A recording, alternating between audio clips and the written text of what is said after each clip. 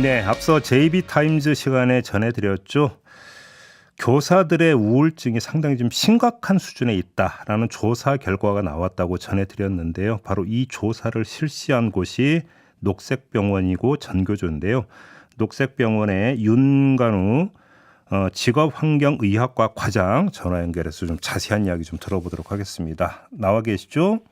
예, 안녕하세요. 네. 수고 많으십니다. 네. 윤관우입니다. 예, 조사 결과 발표 자리에서 의료진들이 모두 놀랐다 이렇게 입을 모았다고 하는데 과장님은 어떠셨어요?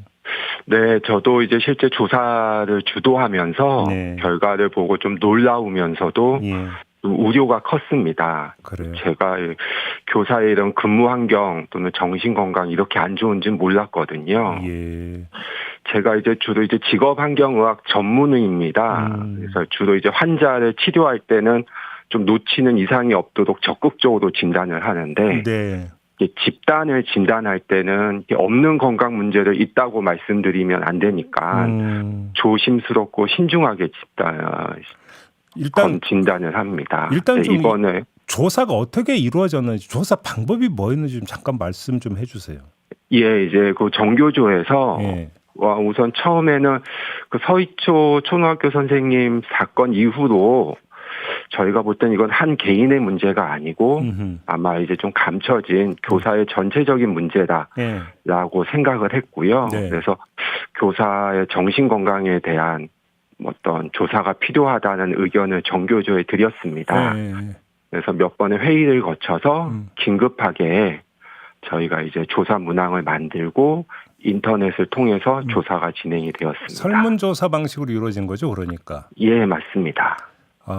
그러면 이 조사의 정확성은 믿을만하다고 봐도 되는 겁니까? 약간 결례가 되는 질문이 드는데 왜 이 질문을 드리냐면 수치가 너무 심각해서 지금 질문을 드리는 거거든요. 맞습니다. 그래서 대부분 이렇게 이제 정신건강 조사를 하게 되면 네. 이걸 듣는 분들이 이건 좀 개인적인 성품이나 자질, 성격의 문제가 아니냐 네. 또는 지금의 상황에서 다른 좀 이득을 위한 과도한 표현이 아니냐 이렇게 좀 오해를 하기가 쉽습니다. 그러니까요. 예.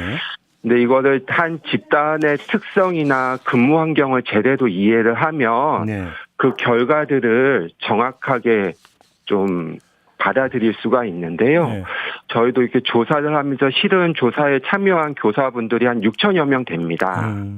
근데 이분들의 결과를 다 쓰진 않고 예를 들어서 뭐 이렇게 문항들을 좀 같은 답을 매긴다든지 또는 저희가 같은 답이 나올 수 있는 문항들을 여러 군데 배치를 했는데 예. 그것들이 좀 일률적으로 나오는 결과들을 취득만 해서 좀 이렇게 정제된 데이터만 이용을 했음에도 불구하고 이렇게 정신건강 수준이 높게 나왔습니다. 그러니까 지금 심한 우울 증상을 보이는 학교 선생님들이 거의 지금 그 40% 육박이 된다라는 거 아니에요? 네, 맞습니다. 일반 성인의 지금 4배에 이른다는 거잖아요. 네, 맞습니다. 이게 어느 정도로 심각한 겁니까? 우울증이라는 것들은 이제 흔히 마음의 감기라고 해서 네. 우선 이렇게 좀 좋아졌다, 나빠졌다 하는 경우가 있는데 예. 이렇게 한 상황에서 저희가 이제 한 시점에서 조사를 했을 때 일반 인구에서 대부분 한 10% 정도 10분 중에 한 분이었는데 이번에 조사를 했더니 그래도 많게는 집단마다 차이가 있지만 특히 이런 위험한 상황에 많이 노출되는 초등학교 선생님들 또는 여러 폭력에 노출되는 분들은 그 우울증 수준이 한 60% 이상 나오는 경우도 있었습니다. 60%요? 네. 그리고 이런 우울증들이 단순히 증상뿐만 아니라 이런 자살에 대한 생각이나 이런 시도로도 이어지는 걸 이번 조사에서 확인할 수 있었습니다. 이게 그 중학교, 고등학교 선생님보다 초등학교 선생님들이 훨씬 더 높았다라는 말씀이시죠? 네, 맞습니다. 근데 지금 남녀 그 교사를 보니까 여성 교사들의 비율이 훨씬 높던데 지금 보도를 보면 초등학교 선생님들의 여성 비율이 되게 높다고 지금 나오잖아요. 혹시 연관성이 그렇게 있다고 봐야 되는 겁니까? 여성의 특성 때문에 이것들이 높다고 단정할 수는 없습니다.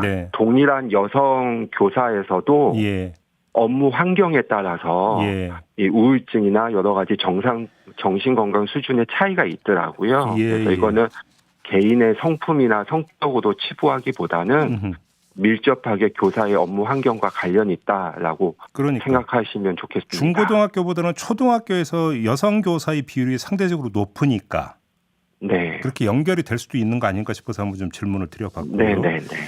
근데 알겠습니다. 실태는 그런데 그럼 지금 대책을 세워야 되는 거 아니겠습니까? 네. 이게 맞습니다. 지금 심리 상담 이런 지원 등으로 이게 좀 풀릴 수 있는 성질의 문제입니까? 우선 시급하게는 저희가 이렇게 이제 한 집단에서 정신건강 문제가 심해지면 예. 두 가지 조치가 필요합니다. 예. 하나는 의학적 조치고 예.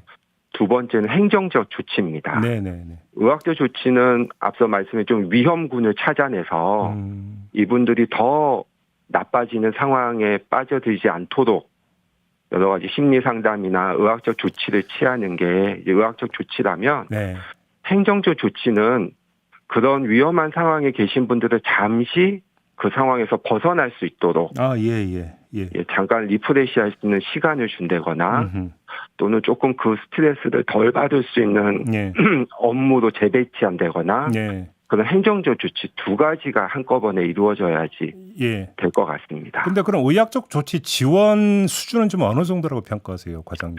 지금은 뭐 전혀 이루어지고 않고 있는 게 또 현장을 받아봤을 때 제 생각이었습니다. 그냥 아예 거의 없다고 봐도 된다, 이 정도다? 네, 좀 개인 수준에서 저희도 조사를 진행하면서 이제 좀 몇 분한테 내가 좀 이렇게 많이 힘드니 좀 도움을 달라라는 직접 통화를 한 적도 있습니다. 그분한테는 좀 병원에 오시기 위해서 조치를 취하기는 했는데요. 대부분은 개인 수준으로 진행하고 계시더라고요. 그냥 그 본인이 알아서. 네, 맞습니다.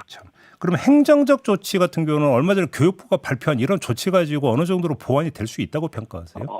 우선 뭐 방향성은 저도 보고 그래도 교사가 어떤 부분 때문에 이렇게 힘들어하는구나라는 것들은 좀 그래도 포커싱을 잘 한 것 같은데요. 네.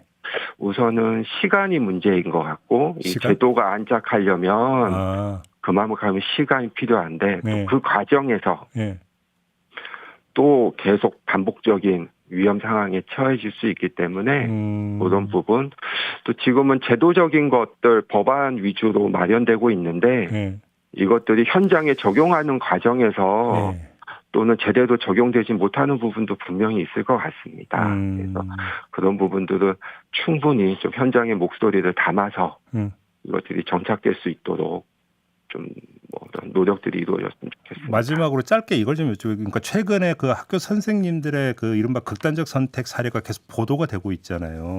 네. 그럼 이거는 뭐 이른바 베르테르 효과라고 봐야 되는 겁니까? 아니면 숨겨져 있던 게 지금 이제 그 드러나고 있는 거라고 봐야 되는 겁니까? 어떻게 평가를 하세요? 전 두 번째가 타당하다고 생각이 듭니다. 오히려. 예.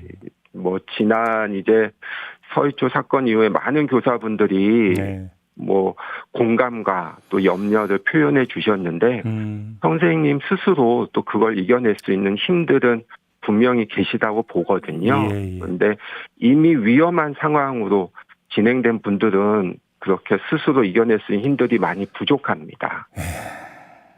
참 학생들하고 정서적 교감을 나눠야 되는 선생님들인데 이렇게 좀 많이 힘들어하시면 참 어떻게 해야 되나 싶은 생각이 좀 많이 드네요. 참 매우 심각하다. 상상 이상으로 심각하다. 이 점. 그래서 단순히 뭐 현상만 보고 문제를 해결할 건 아니고 조금 더 밑에 있는 내용들을 더 살펴보고 대책이 마련돼야 될 것 같습니다. 알겠습니다. 자, 말씀 여기까지 드려야 될 것 같습니다. 고맙습니다, 과장님. 네. 윤간우 녹색병원 직업환경의학과 과장이었습니다.